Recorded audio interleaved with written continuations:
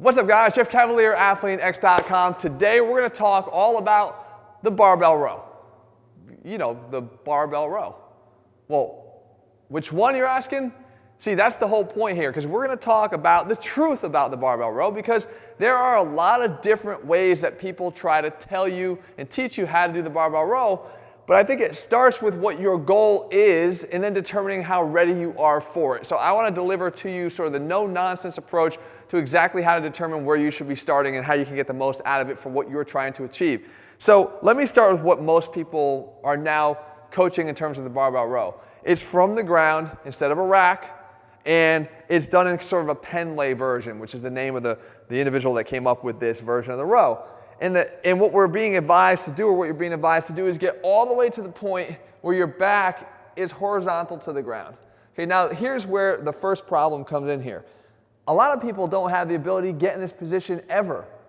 And it's difficult because if you have tight hamstrings at all, what happens is as you come down to the ground, even though I can maintain this natural arch here in my low back, which is what I want, if I run into a position where my hamstrings no longer have any flexibility left in them, in order to keep getting down, my hips have to curl under, right? Because I can't keep going because my hamstrings are blocking me at this point. So now my hips have to curl under, and now I can get down. Well, when in this position from a flexed spine, if I load, I'm asking for trouble. But this is where it gets even worse. With the Pendlay row, you're usually rowing higher. And meaning when you row higher, the bar starts to travel a little further away from your body. So in order to lift it, we get in this position here, we're out away from our body, and then we explosively pull up from here.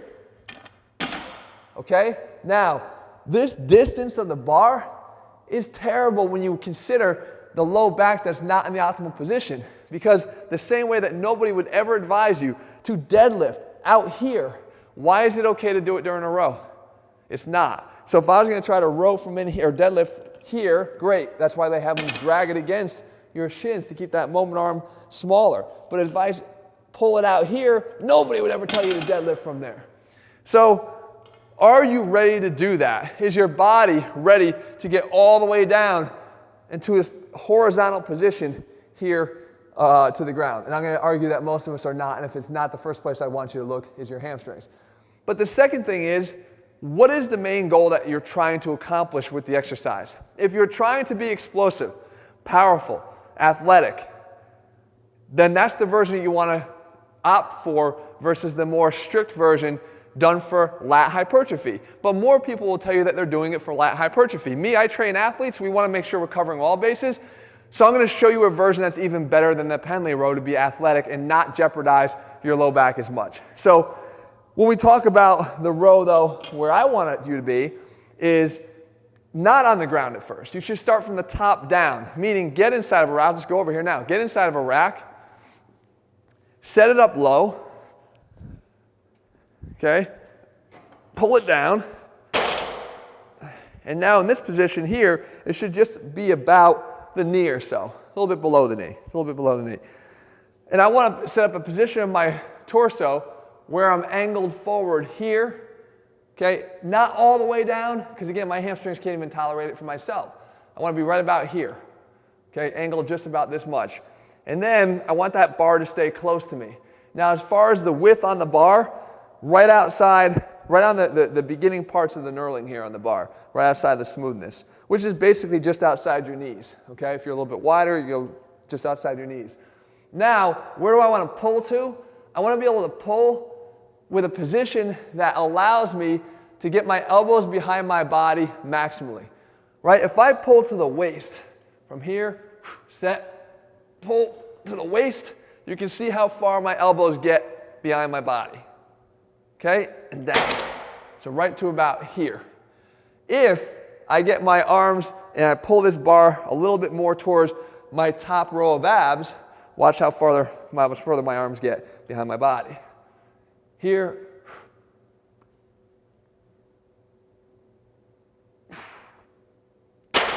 And down. So we get a lot more extension of the arm behind the body, which is the function of the lats.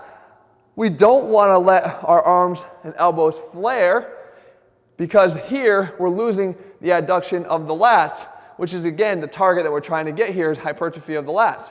So you want to make sure the elbows can stay tucked. That's why you have the narrower grip. That's why you're pulling in tighter as opposed to pulling higher and letting the elbows drift. Another cue I like to give people is when you're pulling the bar, you pull it, you're trying to break it.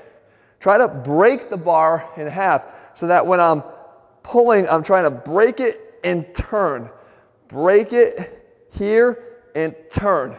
So I can screw my lats into themselves. Screw my elbows right here into my sides and screw the lats down. Now obviously the bar is not going to let me break it and it's not going to let me turn it. But if I do it that way, again, set, and down.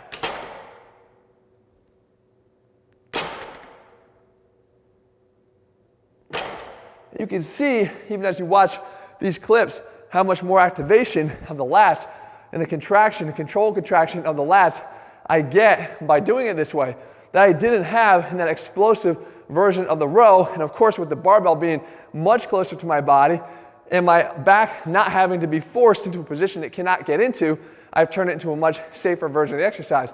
Now, as I'm able to develop the flexibility and the mechanics in the body, in the movement, that allows me to get lower and lower, I could take this to the ground. Because as you see here, I'm not all that far away from the ground. But you don't start on the ground just because somebody tells you that's what the row is. That row doesn't start there. The row starts higher and works your way down. I'm going to give you another tip here before I wrap it up here with the explosive version that I like better than the penalty row. And that is, when you're at the bottom here, another tendency people have is to pull too much with the bicep. And if you want to see how ineffective the bicep is in this position, all you have to do is turn your arm down and flex. Okay, now I'm flexing as hard as I can, but I can feel that there's not all that much tension here. But as soon as I flip it up, now I can feel a lot more tension in that bicep. It's a lot better at contracting when I'm externally rotated here than when the arm is internally rotated. So now, what does that mean? Well, we have a bicep that's ineffective trying to work because we're bending the elbow out of this row, and it winds up costing you your opportunity to lift more weight on this exercise because it's the weak link. So what I'm saying is try to turn it off before you pull. So if instead at the bottom of every rep you were to contract your triceps, now you can reciprocally turn off the bicep so that when you initiate the pull, it's happening from the lats as opposed to the bicep trying to initiate the move. So we're in here like this. And for this, you want to be just off the rack because you want to make sure that the triceps have an opportunity to contract and they're not just resting on the ground. Another reason why you want to do this as opposed to that penalty.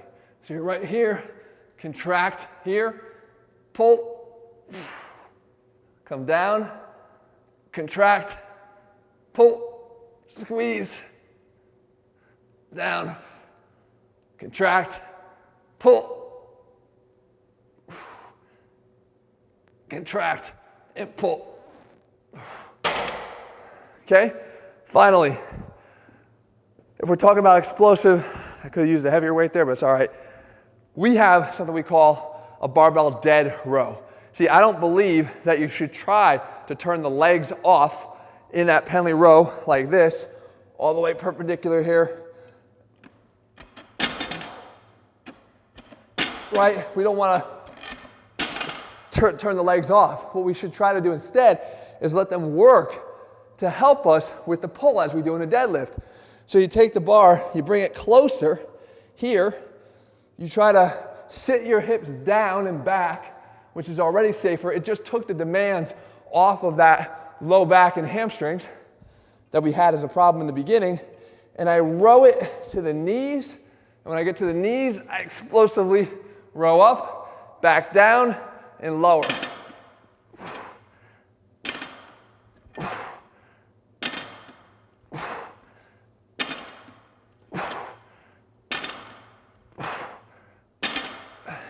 That's a dead row. Much more explosive, letting the body work the way it's supposed to, and still not compromising the explosiveness, the power, and the strength that alternative provides you. But again, if you're looking for straight on lat development, guys, the truth of it is don't do it what people are showing you just because they show you and say this is how it's done. It may not be how you're supposed to do it. And all I care about is you getting out of the exercise what you want without getting anything out of it that you don't want, like an injury. I hope you guys found this helpful. In the meantime, if you want a whole program that puts the science back in strength, as a physical therapist, I care about every single exercise and how you do it. We have them all over at athleanx.com in our programs. You can get them over here. In the meantime, if you haven't already subscribed, make sure you do so. Click here and turn on your notifications so you never miss another video. You can watch our latest video up here. All right, guys, see you soon.